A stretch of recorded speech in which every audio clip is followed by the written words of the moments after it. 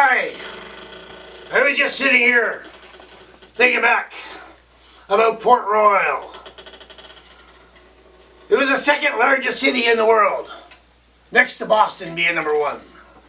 But it was also the wickedest place on earth. It was a den of pirates, prostitutes, and slavers. Every fourth building, one in every four, was either a bar or a brothel. But it was built on 18 miles of sandy beach. Nothing underneath the buildings.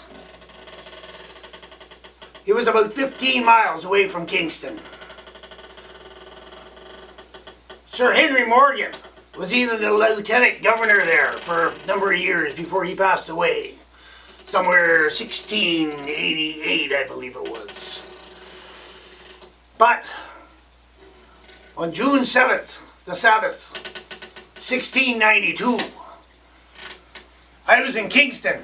Went for a little parlay with a few of the lads over in Kingston town. That next morning, just before noon, there was an earthquake. The buildings were shaking. Tidal waves were coming in.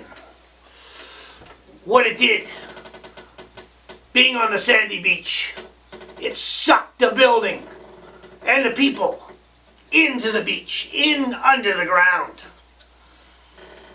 Many people died. But then, right afterwards, there was a tidal wave. It was a wall of water come crashing in over top of the walls. Total destruction of the city.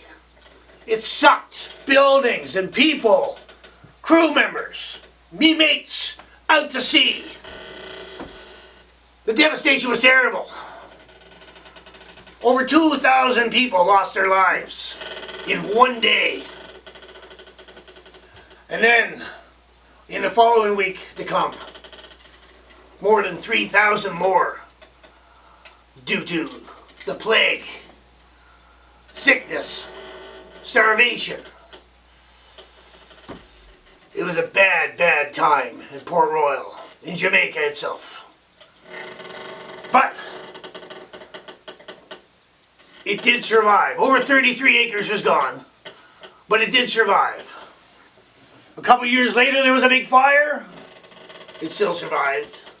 Another earthquake. It still survived. Actually, a couple years ago, me mate Jack Rackham was hung at Port Royal. But that'd be another tale. Have a drink to Jack, wherever you may be, up or down, lad.